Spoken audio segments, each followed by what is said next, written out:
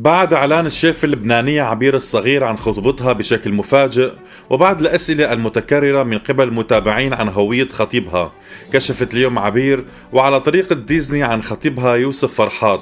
وظهرت عبير مع خطيبها يوسف بفيديو رومانسي وهو راكب حصان أبيض ويلتقي فيها بأحد الحدائق، ومن بعدها بيركع لها يوسف ويقدم لها خاتم الخطوبة.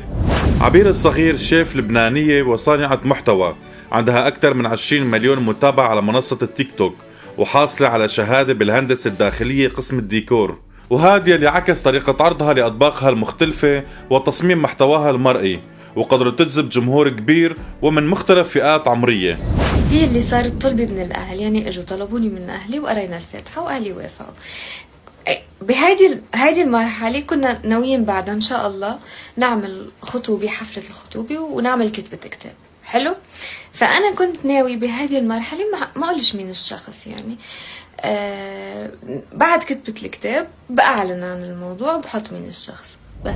ولهون بيكون وصلنا لنهاية حلقتنا لليوم. بشوفكم بحلقة جديدة من حقائق مع رامي. سلام.